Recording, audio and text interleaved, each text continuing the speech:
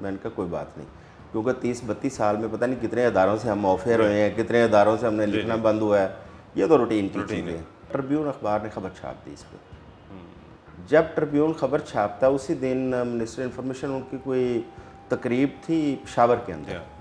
پشاور کے جرنلسٹ وہاں پہ یہ والی چیز پوائنٹ آؤٹ کرتے ہیں، جس سے یہ پھر سارا شور مچتا ہے اور ہائی لائٹ۔ لیکن اس میں تو منسٹر صاحبہ جو ہیں مریم اورنگزیب، وہ تو کہہ رہی ہیں کہ اعظم چودھری کا کانٹریکٹ ہے ہی کوئی نہیں پی ٹی وی سے، آپ نے بھی دکھایا بھی ہے کانٹریکٹ 18,000 آپ کو ایک پروگرام کا ملتا تھا آپ کے پاس، اب میں نے آپ سے شیئر کیا کانٹریکٹ، آپ ایئر کر دیں اس کو۔ منسٹر صاحبہ اگر کہہ رہی ہیں کہ میرا پی ٹی وی سے کوئی تعلق نہیں ہے تو ڈاکومنٹس تو خود جو ہے نا ثبوت ہوتے ہیں، تو آپ اس کو بے شک ایئر کر دیں۔ کیوں انہوں نے ایسا کہا؟ دیکھیں یہ اب یہ چیز دیکھیں، میں فریڈم آف ایکسپریشن کی بات کر رہا ہوں، مجھے بالکل قطعی طور پر نہ اپنی جاب کا مسئلہ، نہ اپنی اس کا کوئی افسوس، نہ کوئی ایشو نہیں ہے، کیونکہ میں نے جیسے پہلے عرض کیا یہ جاب ہمارے خصوصاً میڈیا انڈسٹری میں یہ ہم سمجھتے ہیں کہ ایک جرنلسٹ کا پرائیڈ ہوتا ہے کہ جب اس کو کسی بات پہ ہٹایا جاتا ہے نا، کسی درست بات پہ، وہ بھی چپتے سوال پہ اگر ہٹایا اور وہ جرنلسٹ کا پرائیڈ ہوتا ہے، تو میں سمجھتا ہوں میرا تو یہ پرائیڈ کی بات ہی چلے مجھے ہٹا دیا۔ بات یہ ہے کہ فریڈم آف ایکسپریشن کا اگر آپ دعویٰ کر رہے ہیں کہ ملک میں ایسی بات نہیں ہے، تو پریکٹیکلی جو آپ نے یہ 2-3-4 دن کے اندر جو ایکٹ کیے ہیں تو وہ تو خود ثبوت ہیں اس چیز کے، کہ آپ کہہ رہے ہیں کہ آپ آف ایئر ہو گئے، آپ کہہ رہے ہیں کہ آپ کے پاس کانٹریکٹ نہیں ہے، یہ کیا ہے؟ یہ فریڈم آف ایکسپریشن کے اوپر پابندیاں ہیں۔ یہ ایک چھوٹی سی اگزامپل ہے، اس سے بہت بڑی بڑی اگزامپل ہے۔ اس سال 1.5 سال میں ہم دیکھیں تو پاکستان میں میڈیا کے اوپر اتنا دباؤ میں نے اپنے پروفیشنل لائف میں پہلے کبھی نہیں دیکھا۔ میں نے عمران خان کے دور میں بھی بہت دباؤ دیکھا ہے، اس وقت بھی ہماری میڈیا انڈسٹری کے اوپر ایک بہت دباؤ تھا، ہمارے بہت سارے لوگ نوکریوں سے فارغ ہو رہے تھے، ڈاؤن سائزنگ ہوئی تھی، نئے ایکٹ بن رہے تھے، کافی چیزیں ایسی تھیں۔ اچھا، اس میں ہم لوگ پروٹیسٹ بھی کرتے رہے، سارا کچھ کرتے رہے۔ افسوس کی بات ہے کہ نہ اس حکومت نے ہماری بات سنی تھی، اور اس سے زیادہ افسوس کی بات ہے کہ نہ یہ حکومت ہماری بات سن رہی ہے۔ زیادہ پریشر اس گورنمنٹ میں، اس گورنمنٹ میں اس سے بھی اس سے بھی زیادہ جی ملٹی پلائی کر کے یہ لے کے آئے ہیں۔ ان کے ساتھ ہمارا شکوہ اس لیے زیادہ ہے کہ یہ پرانی وہ پولیٹیکل پارٹیز ہیں جو ہمیشہ ہمارے ساتھ کھڑے ہو کے فریڈم آف ایکسپریشن کی بات کرتی تھی۔ یہ تو دائی تھے فریڈم آف ایکسپریشن کے، ایگزیکٹلی، یہ ان کے ساتھ شکوہ ہمارا خاص اس طور لیے پہ زیادہ ہے۔ پاکستان پیپلز پارٹی، مجھے پیپلز پارٹی میں بہت افسوس ہے۔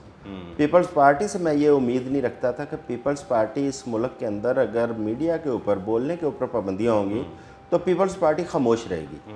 کیونکہ ہم پیپلز پارٹی کو آج بھی ایک بڑی جمہوریت پسند پارٹی سمجھتے ہیں جو ہمیشہ فریڈم آف ایکسپریشن کے لیے آواز بلند کرتی ہے، لیکن یہ میں پہلی دفعہ دیکھ رہا ہوں کہ پیپلز پارٹی بھی خاموش ہے۔ کیا چاہتی ہے حکومت؟ کیا حکومت کنٹرول میڈیا چاہتی ہے؟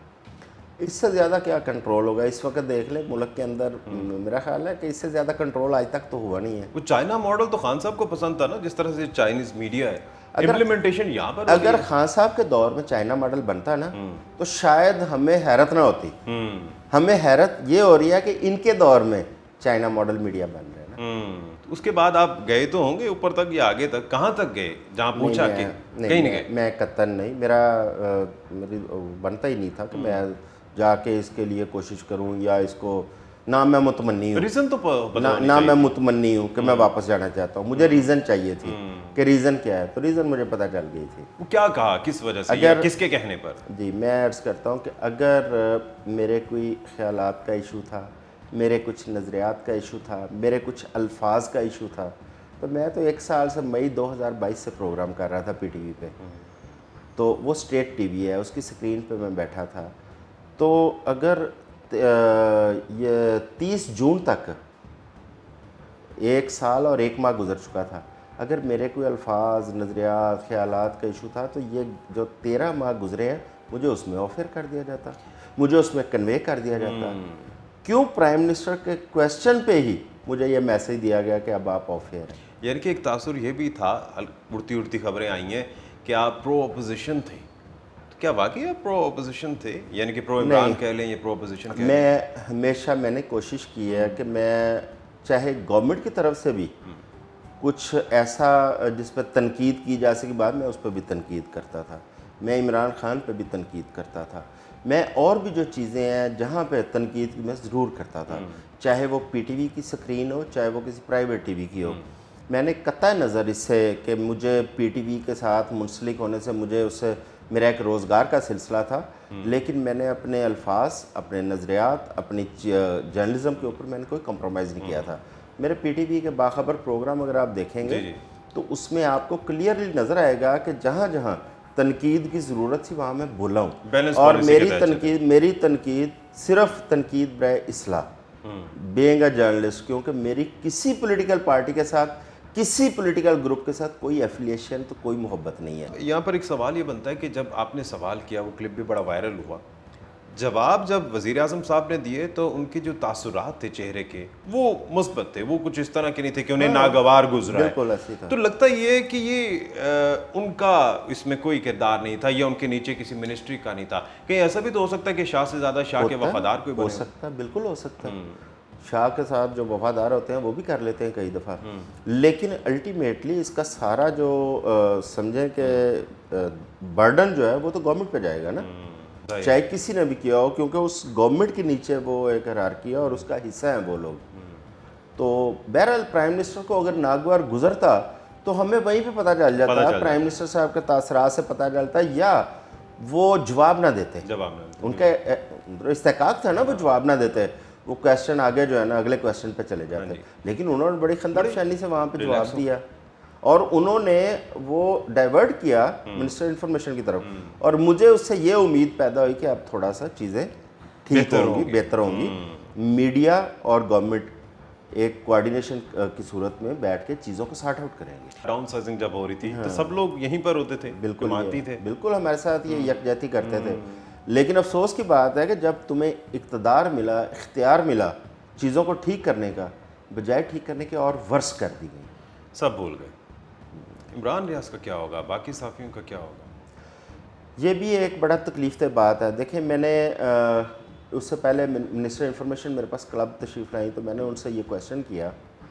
کہ عمران ریاض کیونکہ لاہور پریس کلب کا ممبر بھی ہے، ہمارا کولیگ ہے، اور اگر اس نے کوئی حکومت سمجھتی ہے کہ اس نے کوئی ایسا قابل دست اندازی اس کا جرم بنتا ہے تو اس کو کورٹ میں پیش کر دیا جائے۔ اس طرح ایک بندے کا غائب ہو جانا، اور 2 مہینے سے زیادہ اب گزر گئے ہیں، بلکہ زیادہ دن ہو گئے، اور ایک بندے کا ہمیں آج تک یہ نہیں پتا کہ اس کا سٹیٹس کیا ہے، وہ کہاں پہ ہے۔ بھئی اگر اس نے کوئی جرم آپ سمجھتے ہیں کیا ہے تو اس کو کورٹ میں لے آئیں، اس کی فیملی ہے، اس کے چھوٹے چھوٹے بچے ہیں، دیکھیں آپ انسانی ہمدردی کے ناطے ان چیزوں پہ غور کریں۔ اگر اس نے کوئی ایسا قصور کیا ہوا ہے تو وہ اس کو عدالت میں آ کے وہ اس کو فیس کرے، لیکن اس طرح ایک بندے کو بغیر کسی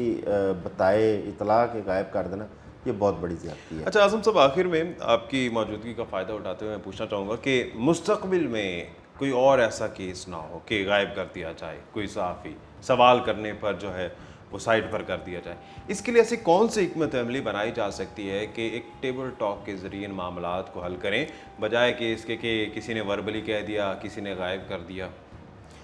دیکھیں یہ تو پہلے بھی اس پہ بہت ڈبیٹ بھی ہو چکی ہے، ایفرٹس بھی ہو چکی ہیں۔ ہم نے ہر حکومت سے ایک مطالبہ یہی کرتے تھے کہ جو جرنلسٹ ہے پورے ملک کا، چاہے وہ بڑے شہروں کا ہے چاہے چھوٹے شہر، جرنلسٹ پروٹیکشن قوانین بننے چاہیے،